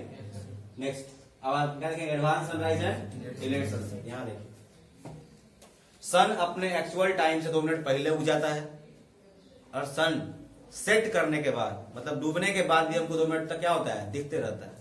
यानी कितने मिनट का एक्स्ट्रा डे हुआ, 4 मिनट का। क्यों होता है ऐसा, तो देखिए, ये हमारा अर्थ है और ये आप यहाँ पे रहते हैं, ठीक है। जहां पे हम रहते हैं वहां पे आप सीधा लाइन खींच दोगे तो क्या बन गया, हॉरिजॉन। क्या हो गया, हॉरिजॉन। और एक्चुअल सनसेट का मतलब क्या होता है, रियल में सनसेट सनराइज कब होता है, सनराइज जब सन कहां से आए, इस हॉरिजॉन में कहां आ जाए, ऊपर। ऊपर ये हॉरिजॉन है ना, तो इसके ऊपर आ जाएगा तो क्या हो गया, सनराइज। बात समझ में आ रहा है, हम यहीं पे ना है, तो हम लोग यहाँ पे हैं, तो हम लोग के भाई यहाँ तो दिखेगा हमको सर, यहाँ ये दिख रहा है, ये दिख रहा है, इसके नीचे जगह हमको नहीं दिख रहा है। तो हम लोगों के लिए सूरज कब उगेगा, जब ये हॉरिजॉन से कहां जाएगा, सन ऊपर। मतलब actual sunrise will take place when sun comes above the horizon, and actual sunset कब बोलेंगे, जब सन इस हॉरिजॉन से कहां चला जाए, नीचे। तो होता क्या है कि जब सन हॉरिजॉन के जस्ट नीचे रहता है, तो इससे निकलने वाला लाइट जो है ऐसे घूमते घूमते हमारे एटमॉस्फेयर में घुसता है। तो एटमॉस्फेयर क्या करता है, उसको बेंड टुवर्ड्स द नॉर्मल कर देता है, और ऐसे घूमते घूमते वो कहां पहुंच जाता है, हमारे पास। तो हमारा आई तो भाई बदमाश है, जहां से लाइट आएगा उसका सीधा इमेज बनाएगा। तो क्या करेगा, यहाँ पहुंचा सीधा इमेज बना दिया, तो इमेज कहां बना, ओरिजिन में कहां पे, ऊपर में। तो हमको क्या लगता है, सूर्योदय हो गया है, सूरज उग गया है, सनराइज हो चुका है। लेकिन एक्चुअल में सनराइज नहीं है, क्योंकि सन कहां है, बिलो द ओरिजिन। हमको सनराइज होते हुए क्यों दिख रहा है, बिकॉज सन का रेज हमारे तक क्या हो गया है, पहुंच गया है, और इस कारण से हमको इमेज जो बन रहा है सन का, वो कहां बन रहा है, ओरिजिन के ऊपर। और इस कारण से हमको क्या लगता है, सनराइज हो गया। फिर सनसेट के दौरान सेम फंडा होता है, सन कहां चला गया, ओरिजिन के नीचे, मतलब एक्चुअल सनसेट हो चुका है, लेकिन फिर भी सन का लाइट जो है वो हमारे आंखों तक क्या हो जा रहा है, पहुंच जाता है, जिसका इमेज कहां बनता है, ओरिजिन के ऊपर। इस कारण से हमको सनसेट होने के बाद भी सन हमको 2 मिनट एक्स्ट्रा दिखता है। तो कितना मिनट का एक्स्ट्रा रहता है, 4 मिनट। इसी कारण से बोलते हैं there is advance sunrise. Advance होता है ना, पहले ही सनराइज हो गया। एंड डिलेड सनसेट, सनसेट क्या होता है, डिले होता है। कितना मिनट, 2 मिनट। बोले क्लियर है, यही डायग्राम बनाएंगे अगर आगे एडवांस सनराइज और किसमें, डिलेड सनसेट। अब इसके हम लोग लाइन पढ़ लेते हैं फटाफट। चल देखिए यहाँ, when the actual sun is slightly below the horizon, जब एक्चुअल सन हॉरिजॉन में कहां रहता है, नीचे। जो उसको पढ़ो अच्छे से। When the actual sun is slightly below the horizon, जब एक्चुअल सन हॉरिजॉन में कहां रहता है, नीचे। Then the sunlight coming from lesser denser air to more denser air is reflected downward. तो सनलाइट जो आ रहा होता है एटमॉस्फेयर में, उसको कहां से आना है, रेयर टू डेंसर में आना है। तो क्या बोल रहा है कि वो सनलाइट जो आ रहा है वो कहां से आ रहा है, लेसर डेंसर, मतलब क्या, रेयर। कम डेंस को क्या बोलते हैं, रेयर से वो कहां आता है, डेंसर में। तो वो क्या होता है, रिफ्लेक्ट कहां होगा, डाउनवर्ड की अपवर्ड, डाउनवर्ड होते हुए वो कहां आता है, एटमॉस्फेयर में, और हमारे कहां जाता है, हाथ में। जिस कारण से क्या होता है, because of this atmospheric refraction, जो अपैरेंट पोजीशन बनता है सन का, वो कहां बन जाता है, टू बी रेज्ड, कहां है, हॉरिजॉन के ऊपर। When actually it is slightly below the horizon, जबकि एक्चुअली में कहां है, वहां पे नीचे। इसी कारण से क्या होता है, सन जो है 2 मिनट क्या होता है, पहले हो जाता है। सो यहां लिख देंगे, so the sun appears 2 minute before the actual sunrise. यहां लिखेंगे कि so the sun appears to us, कितना minute before, 2 minutes before the actual sunrise. बात समझ में आया कि नहीं है। फिर लिखेंगे सिमिलरली, सेम चीज होता है कब, किस टाइम पे, सनसेट टाइम में, और सेम फिनोमेना होता है। तो क्या होता है, so we can see the sun about कितना minute before, 2 minute before, and 2 minute after the actual sunset. और इसी कारण से हमारे पास कितना मिनट एक्स्ट्रा होता है, 4 मिनट। बोले क्लियर है, चलिए। तो हमारा इसी के साथ दूसरा टॉपिक खत्म हो गया। दूसरा टॉपिक क्या था हमारा, एटमॉस्फेरिक रिफ्रैक्शन। अब हमारे पास क्या आएगा, स्कैटरिंग ऑफ लाइट। ये लास्ट टॉपिक है हमारा, ठीक है। अब स्कैटरिंग ऑफ लाइट, स्कैटरिंग का मतलब क्या था, बिखर जाना, टूट के क्या होना। जैसे आपका दिल टूटता है, बोलते हैं ना हमारा दिल टूट के बिखर गया है। तो टूटता है तो कोई चीज क्या होता है, अरे टूटता कब है, जब अब मान लो पत्थर है, या मान लो शीशा लिए दीवार पे मारे, तो शीशा गया, दीवार क्या था, एक ऑब्स्टेकल था, रुकावट, उस पर क्या हुआ, टकराया और क्या हो गया, बिखर गया। सेम लाइट के लिए, लाइट जब चल रहा होता है, अगर बीच में लाइट के रास्ते में कुछ भी आएगा तो लाइट उस पर टप्पा खा के टप्पा खाएगा, तो उस पर रुकावट पैदा की, ऑब्स्टेकल है, तो टप्पा खाने के बाद ऑब्स्टेकल पे पड़ने के बाद लाइट क्या होता है, बिखर जाता है। और यही लाइट का बिखरना को हम क्या बोलते हैं, स्कैटरिंग ऑफ लाइट। तो देखो यहाँ पे क्या लिखा हुआ है, scattering of light is a phenomenon, एक ऐसा फिनोमिनन है जिसमें लाइट क्या होता है, रेज गेट डेविएटेड, भटक जाता है, बिखर जाता है फ्रॉम इट्स स्ट्रेट पाथ। कब? तो ऑन स्ट्राइकिंग, जब उस पर टकराता है किससे? ऑब्स्टिकल से। और ऑब्स्टिकल लाइट के लिए क्या होगा? हम लोग के लिए ग्लास के लिए यहाँ दीवार क्या था? ऑब्स्टिकल था। यहाँ ऑब्स्टिकल क्या है? डस्ट, धूल या गैस का मॉलिक्यूल सब होता है, तो वो सब उसके लिए क्या है? ऑब्स्टिकल। उस पर टकरा करके लाइट क्या होता है? वाटर वेपर पर टकरा क्या होता है? लाइट क्या होता है? स्कैटर हो जाता है, डेविएट हो जाता है, और इसी को क्या बोलते हैं? स्कैटरिंग। तो स्कैटरिंग ऑफ लाइट से चलते हैं हमको बहुत सारा वंडरफुल फिनोमिना दिखता है स्काई में, जैसे क्या? Tyndall effect. टिंडल इफेक्ट में क्या होता है? स्कैटरिंग ऑफ लाइट का एग्जांपल है। फिर आपका क्या है? Red colour of sunrise and sunset. ये सब आपका फिनोमिनस है, नेचुरल फिनोमिनस जो हमको स्काई में दिखता है। कब? बिकॉज ऑफ किससे चलते हैं? Scattering of light. इसमें हम देखेंगे क्या? The blue colour of sky. Sunrise के टाइम पे सन का कैसा कलर होता है? सनराइज के टाइम पे सन का कैसा कलर होता है? रेड। और सनसेट के टाइम पे ब्लू होता है। खुदा होगा उसके लिए। अब ब्लू कलर चश्मा लगा लीजिएगा, सन ब्लू में दिखेगा। चलिए, हाँ। सर स्कैटरिंग और डिस्पर्शन में क्या डिफरेंस? स्कैटरिंग और डिस्पर्सन में क्या होता है कि वहां पे छोटे छोटे पार्टिकल्स सस्पेंडेड एटमॉस्फेयर में, यहाँ पे सारा पार्टिकल्स क्या होगा? एक जगह आगे। बात समझ में आया कि नहीं है? ठीक है।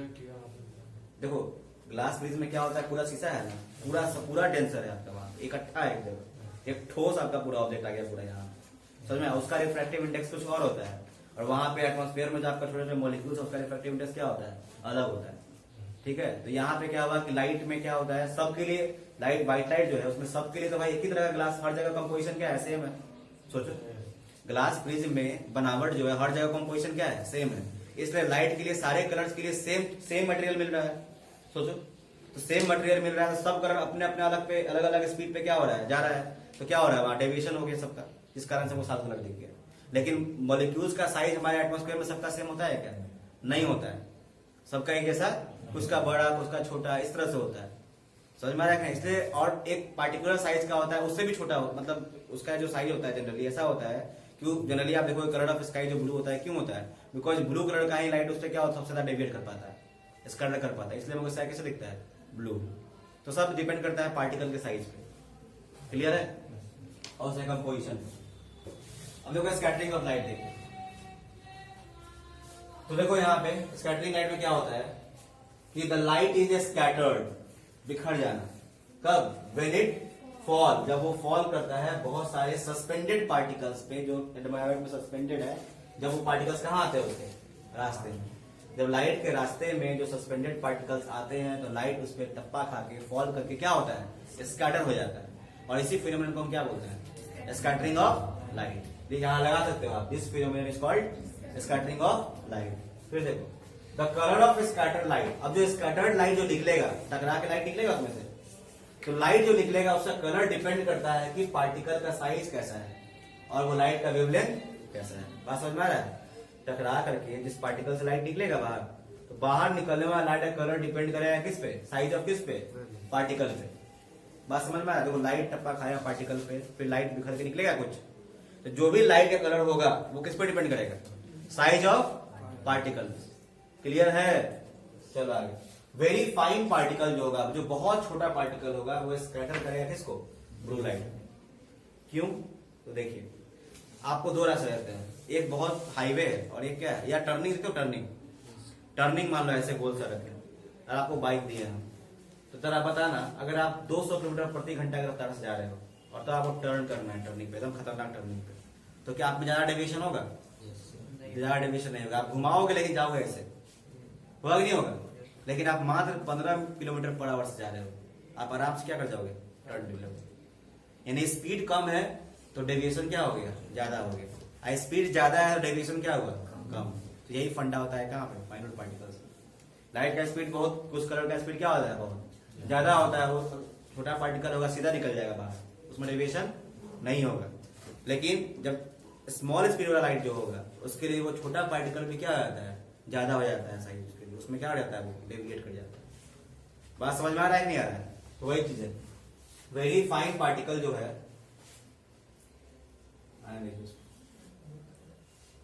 दुनिया में है, 15 मिनट बाकी है, 8:30 का टाइम है। वेरी फाइन पार्टिकल्स जो होते हैं वो स्कैटर करते हैं किसको? बोलिए का है? स्पीड क्या होता है? छोटा पार्टिकल आराम से उसमें डेविएट हो जाता है, स्कैटर हो जाता है। बात समझ में आया? और जो बड़का लाइट है कौन? रेड। इसका स्पीड क्या होता है? वो सीधा आया, टकराया, निकल गया आगे, कोई मतलब नहीं है उससे। लेकिन ब्लू लाइट क्या हो गया? टकराया और बिखर जाएगा वो, क्योंकि उसके लिए वो रास्ता क्या है? ज्यादा हो जाता है। फाइन पार्टिकल है, बूंदा है, कुछ होगा ना, जूम करके देखोगे तो कुछ होगा ना गैप उसमें, है ना? तो वो गैपिंग भाई ब्लू लाइट के लिए बहुत है, लेकिन रेड लाइट के लिए ज्यादा नहीं है। रेड लाइट क्या हो गया? पास कर गया, लेकिन ब्लू लाइट पास नहीं कर पाया, उसी में फंस के क्या कर गया? वो स्कैटर कर गया। वही बोल रहा है कि very fine particle scatter mainly blue light. अब वही अगर पार्टिकल का साइज बड़ा कर दो, ज्यादा कर दो, तो वो किसको किसको कर देगा? रेड को कर देगा। लेकिन पार्टिकल का साइज क्या होना चाहिए?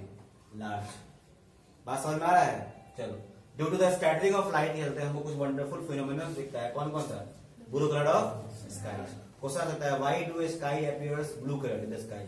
ये why the colour of sky is blue, क्या दोगे रीजन? बिकॉज ऑफ, ये कब लिखना है? जब कुछ नहीं आता होता। Red colour of sun and sunrise and sunset, क्या दोगे? बिकॉज ऑफ टिंडल इफेक्ट भी किससे होता है? तो पहले हम देखेंगे टिंडल इफेक्ट। पहले क्या देखेंगे? टिंडल इफेक्ट क्या होता है? आप देखोगे अभी प्रोजेक्टर, अभी देखोगे यहाँ पे प्रोजेक्टर का लाइट आ रहा है, उसका रास्ता दिख रहा है आपको? वही रास्ता दिख रहा है। Can you see the path of the light of, can you see the path of this light? इसी को क्या बोलते हैं? Tyndall effect. क्या बोलते हैं? काहे देख पा रहे हो? बिकॉज इसका जो रे जो है उस पार्टिकल पे पड़ के, पार्टिकल तो दिख रहा है घूम रहा है, इस पार्टिकल पे पड़ के क्या करता है? वो स्कैटर कर जाता है। क्या कर रहा है? जिस कारण से हमको लाइट का रास्ता क्या हो रहा है? विजिबल है। And this effect is called Tyndall effect. और ये इस तरह के सोल्यूशन को हम क्या बोलते हैं? Colloidal solution. क्या बोलते हैं? Colloidal solution. जब लाइट रे कोलाइडल सोल्यूशन से पास करता है तो लाइट का रास्ता क्या होता है? हमको दिखता है। When light rays passes through a colloidal solution, then its parts become visible, and this effect is what called? देखो ये क्या है? देखो, the path of light becomes, मतलब लाइट का रास्ता हमको दिखता है when, जब it passes through a colloidal solution. This effect is called Tyndall effect. Clear है? और ये किसके क्यों हो रहा है? बिकॉज लाइट का क्या हो रहा है? स्कैटरिंग। क्यों हो रहा है लाइट का? बिना स्कैटरिंग के आप इसका रास्ता नहीं देख पाते थे। क्लियर है? या हो सकते हैं the phenomenon of scattering of light किसके द्वारा फायदा? कोलाइडल सॉल्यूशन गिव राइज हमको क्या देता है? वो टिंडल इफेक्ट। और टिंडल नाम क्यों पड़ा? वो साइंटिस्ट, किसने साइंटिस्ट बताया था? टिंडल। क्लियर है? अगर आप देखोगे जंगल में, आप कभी टीवी में देखना कि जंगल में अगर लाइट रे आता है, सूरज का किरण, तो दिखता है लाइट का रास्ता। घना जंगल होगा, छोटा सा उसमें मान लो अगर होल से उसमें हल्का पेड़ों की पत्तियों के बीच में, तो उसमें से लाइट रे निकलता है ऐसे। या आप सुबह सुबह देखना, जब मॉर्निंग होता है, सूरज निकलता है, घर के वेंटिलेटर में से निकलता है, तो कौन सा इफेक्ट है? तो टिंडल इफेक्ट क्या होता है? लाइट का रास्ता दिखना, जब वो किससे पास करे? Colloidal solution. इसे वो क्या बोलते हैं? और क्यों होता है? लाइट किस प्रॉपर्टी होता है? Because of scattering of light. Light scatter क्यों करता है? बिकॉज वो जब वो पास करता है तो अपने रास्ते वाले पार्टिकल से क्या करता है? वो टकराता है, जिस कारण से वो क्या कर जाता है? स्कैटर कर जाता है, डेविएट कर जाता है। क्लियर है? पैटर्न कर दीजिए। ठीक है, इसके बाद हम लोग देखेंगे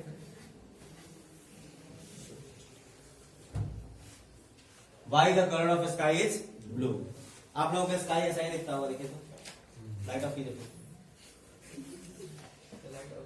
नहीं देखिए कैसा दिख रहा है आपको स्काई?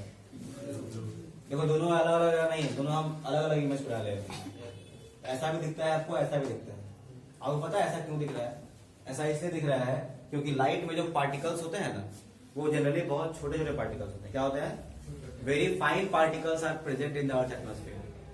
और जो फाइन पार्टिकल्स होते हैं वो किस कलर को स्कैटर करेगा? Blue light. इसका वेवलेंथ क्या होता है? कम। The fine particles of the atmosphere scatter the blue light most. So the color of sky is क्या? कैसा है? लाल है, blue. And hence हमको स्काई कैसा दिखता है? ब्लू। कोई दिक्कत? अब वही मान लो हमारे एटमॉस्फेयर में अगर बड़का बड़का पार्टिकल हो जाता है तो कैसा दिखता है? रेड। कभी कभी देखिएगा हमारा स्काई कलर बदलता भी है थोड़ा बहुत, है ना? क्योंकि पार्टिकल का साइज भी क्या हो जाता है? वैरी कर रहा होता है। इसी कारण से जैसा वैरी करेगा वैसे ही कलर में भी क्या आएगा? वेरिएशंस आएगा। और इसी कारण से हमारे एटमॉस्फेयर में स्काई कलर भी क्या होता है? थोड़ा वो चेंज होता रहता है। क्लियर है? कम वेवलेंथ वाला वो स्कैटर करता है तो वो हाँ। करना देगा क्या हुआ? कम वेवलेंथ वाला जो स्कैटर करता है बात समझ रहे हो कम वेवलेंथ का मतलब? कम वेवलेंथ का मतलब उसका स्पीड क्या है? कम है, तो वो छोटका जगह जो है वो भी उसके लिए क्या हो गया? ज्यादा जगह हो गया रेडिएट करने का। सबसे कम तो वेवलेंथ वॉलेट का है ना कम। हाँ तो अरे तो नीचे भी आई भी 3 है, यस सर, इसका बहुत ज्यादा कम हो जाता है। तीनों करता है। सुने ध्यान से, इसका बहुत ज्यादा कम होता है। इस तीनों में सबसे ज्यादा कंडीशन किसको सेटिस्फाई कर जाता है? ब्लू को। बात समझ में आ रहा है? थोड़ा बहुत ये भी स्कैटर करता है, ऐसा नहीं है। बात समझ में आ रहा है? थोड़ा बहुत आपका ये भी करता है स्कैटर, लेकिन बहुत कम करता है। बस ऐसा नहीं कि रेड स्कैटर नहीं करता है, रेड भी करता है, बट बहुत क्या करता है? बहुत ज्यादा कम होता है। सबसे ज्यादा किसका हो जाता है? ब्लू का। इसका लिए एकदम सफिशियंट कंडीशन मिल जाता है उसको स्कैटरिंग करने की। जैसे एक सिंपल सा एग्जांपल ले लो, अगर हम लाल रंग का अबीर लेकर के उड़ाए ऊपर में ऐसे, तो कैसा दिखेगा? तो जो कलर सबसे स्कैटर करेगा वही दिखेगा हमको ऊपर। वैसे ब्लू कलर स्कैटर हो रहा है तो क्या दिखेगा? ब्लू। समझ में? तो ध्यान रखिएगा, बस सबसे ज्यादा स्कैटरिंग किसका होता है? किसका होता है? अच्छा, फाइन पार्टिकल जो होता है, फाइन मतलब छोटा पार्टिकल, वो शॉर्टर वेवलेंथ को स्कैटर करेगा या लार्जर वेवलेंथ को स्कैटर करेगा? Shorter wavelength. किसको? बस ये ध्यान रखना है। अच्छा देखो, स्कैटरिंग होने के लिए पार्टिकल चाहिए, बिना पार्टिकल्स के स्कैटरिंग हो जाएगा क्या? बोलिए नहीं। तो हमारे एस्ट्रोनॉट लोग जो हैं उनको स्काई कैसा दिखता है? डार्क। लाइट ऑन कर दीजिए, दिख रहा है डार्क? हो गया, हो गया। हमारे एस्ट्रोनॉट लोग जो है उनको स्काई कैसा दिखता है? यह स्काई हमको डार्क क्यों दिखता है? देखो यहाँ पे डार्क दिख रहा है, ये हमारा सैटेलाइट घूम रहा है, ठीक है? तो आप देखो अर्थ घूम रहा है ऐसे, है ना? तो देखो ये डार्क क्यों दिख रहा है? But is looking dark because यहाँ पे पार्टिकल नहीं तो स्कैटरिंग। जब स्कैटरिंग नहीं है तो कुछ कोई भी कलर दिखेगा? जब कोई कलर नहीं होगा तो क्या होगा? तो because if the earth has no atmosphere, अगर अर्थ के पास एटमॉस्फेयर नहीं रहेगा तो there would not have been any scattering of light. तो हमको स्काई क्या दिखेगा? Dark. The sky appears dark to passengers flying at very high, जो बहुत ऊपर हाइट पे अगर मान लो कोई अगर उड़ रहा है पैसेंजर, तो उसको स्काई कैसा दिखेगा? डार्क। क्यों? क्योंकि ऊपर में एटमॉस्फेयर, ऊपर में क्या पार्टिकल प्रेजेंट नहीं है।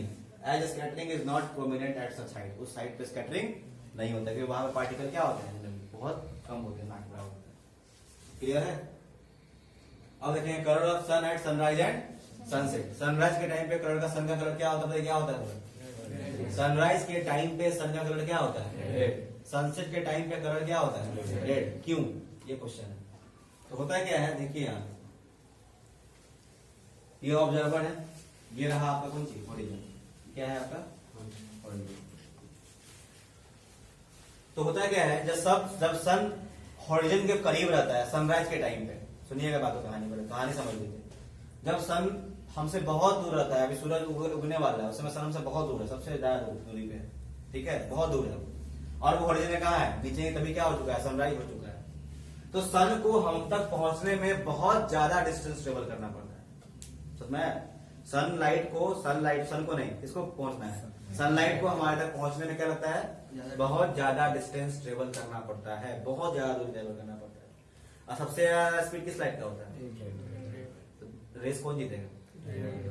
और सारा लाइट जो होता है ना, एटमॉस्फेयर में पार्टिकल से पॉलिट के क्या होता है? स्कैटर हो जाता है, और हमारे पास कौन सी पहुंच जाता है? रेड। जिस कारण हमको सन कैसा दिखता है? सनसेट के टाइम पे भी सन हमसे कहां चला जाता है? बहुत दूर।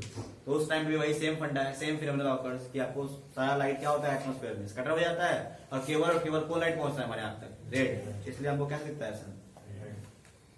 क्लियर है? ड्यूरिंग सनराइज और sunset sun is very far away from all of us, so only देखेंगे, so as we know that the red color has the maximum speed, so it travels the large distance and reaches to us, and the other colors get scattered in its path. दूसरा colour क्या scatter हो जाता है? रास्ते में। so the red color reaches to our eye, hence the sun appears कैसा? red during क्या? sunrise, and same phenomenon occurs during sunset, and hence sun appears क्या? red during sunrise and sunset. Clear है? और ये figure बना लीजिएगा। अब देखो, सन जब ऊपर रहता है, हमारे माथा के ठीक ऊपर रहेगा, तो भाई यहाँ पे अगर रहता है सन, तो इसको तो बहुत कम डिस्टेंस ट्रेवल करना रहेगा लाइट को, बताओ। अगर सन हमारे सर के ऊपर में है तो उसको ट्रेवल करने के लिए क्या चाहिए? बहुत कम डिस्टेंस चाहिए, ज्यादा स्कैटरिंग होगा। जब आपका डिस्टेंस कम हो जाएगा तो पार्टिकल ज्यादा मिलेगा आपको स्कैटर करने के लिए। जब पार्टिकल ज्यादा स्कैटर करने के लिए नहीं मिलेगा तो लगभग सारा लाइट हमारे आंखों तक क्या हो जाएगा? पहुंच जाएगा। इसलिए हमको कैसा दिखता है? व्हाइट। कहाँ पे? कब? आफ्टरनून में, दोपहर में हमको सन का कलर कैसा दिखता है? व्हाइट। क्योंकि सन के रे को हमारे आंखों तक पहुंचने में बहुत कम डिस्टेंस ट्रेवल करना पड़ता है, और उतना कम डिस्टेंस में सन का लाइट ज्यादा स्कैटरिंग नहीं हो पाता है, इसलिए उसका पूरा कंपोजिशन हमारे आंखों तक क्या होता है? पहुंच जाता है। इस कारण से सन हमको कैसा दिखता है? व्हाइट। क्लियर है? चलो इसको आप लोग देखो, इसका डिस्क्रिप्शन देखो इसका फटाफट। Colour of sun at sunrise and sunset. देखिए, at the time of sunrise and sunset when the sun is कहां? Near the origin, the sunlight has to travel the greatest distance. सबसे ज्यादा डिस्टेंस ट्रेवल करना होता है कहां से? Through the atmosphere to कहां तक? To reach us. Near the horizon, horizon के आसपास में ही most of the blue light जो होता है वो किस वेवलेंथ का होता है? शॉर्टर वेवलेंथ का। वो क्या हो जाता है? स्कैटर्ड हो जाता है वहां के पार्टिकल के द्वारा। सो द लाइट रे जो रीच करता है हमारे आंखों में, ये जो कौन सा वेवलेंथ? Longer wavelength. अब बताइए सबसे लॉन्गर वेवलेंथ किसका होता है? Red colour. जिसके चलते, ड्यू टू विच, जिसके चलते द सन अपीयर्स हमको कैसा? Red. Due to the same reason, और इसी कारण से the sky surrounding the rising sun, और स्काई के आसपास का जो होता है ना, सन के चारों ओर का जो स्काई जो होता है वो भी हमको कैसा दिखता है? रेड। नहीं दिखता है? जहां से सूरज दिख रहा होता है उसके आसपास में दिखेगा थोड़ा सा कौन सी है? रेड है। नहीं दिखता है? रेड। देखो ऐसा होता है, ऐसा दिखता है? नहीं दिखता है आप लोग? ये सनसेट का टाइमिंग है, इसका है ये सनसेट। क्लियर है ना क्यों ऐसा हो रहा है? बिकॉज सन जो है जब होरिजन के पास आता है तो हम लोग से बहुत दूर चला जाता है, उसको लाइट को ट्रेवल करना होता है बहुत ज्यादा डिस्टेंस। तो लॉन्गर वेवलेंथ वाला लाइट ही हमारे आंखों तक पहुंच पाता है, और शॉर्टर वेवलेंथ वाला लाइट क्या होता है? रास्ते में स्कैटर हो जाता है, वो हमारे आंखों तक नहीं पहुंच पाता है, बस रास्ते में आ जाता है, जिस कारण से हमको सन कैसे दिखता है? रेड। अब आइए, white is overhead. When it is overhead the sun appears white. मैंने बताया ना क्यों व्हाइट दिखता है? बिकॉज सनलाइट को कम डिस्टेंस ट्रेवल करना है, ज्यादा डिस्टेंस ट्रेवल करना है? कम। तो when the sun is overhead, its light, उसका जो लाइट होगा, has to travel relatively shorter distance, बहुत कम डिस्टेंस ट्रेवल करना पड़ता है थ्रू द एटमॉस्फेयर, ताकि वो कहां तक पहुंच सके? कहां तक? किसके तक? हम लोगों तक, to reach us during this journey. और इस जर्नी में only a little of blue colour of white light is scattered, और केवल कुछ ही ब्लू कलर क्या हो पाता है? स्कैटर हो पाता है, बहुत कम होता है स्कैटर। और since the light coming from the overhead sun has almost all its component, जो लाइट आ रहा होता है उसके सारे कंपोनेंट्स मौजूद होते हैं, इसी कारण से सब राइट प्रोपोर्शन में रहते हैं, एकदम जिसका जितना मात्रा चाहिए उतने मात्रा में उसमें रहता है सारा कलर। इस कारण से हमको सन कैसा दिखता है? क्या दिखता है? व्हाइट। जब हमारे कहाँ रहता है? सर के ऊपर। मुझे क्लियर है? खत्म। Thank you very much. Topic is over, chapter is over, project खत्म। अब बच गया केमिस्ट्री और बायोलॉजी। अभी 8:30 भी नहीं हुआ है, 4 मिनट बचा हुआ है, 4 मिनट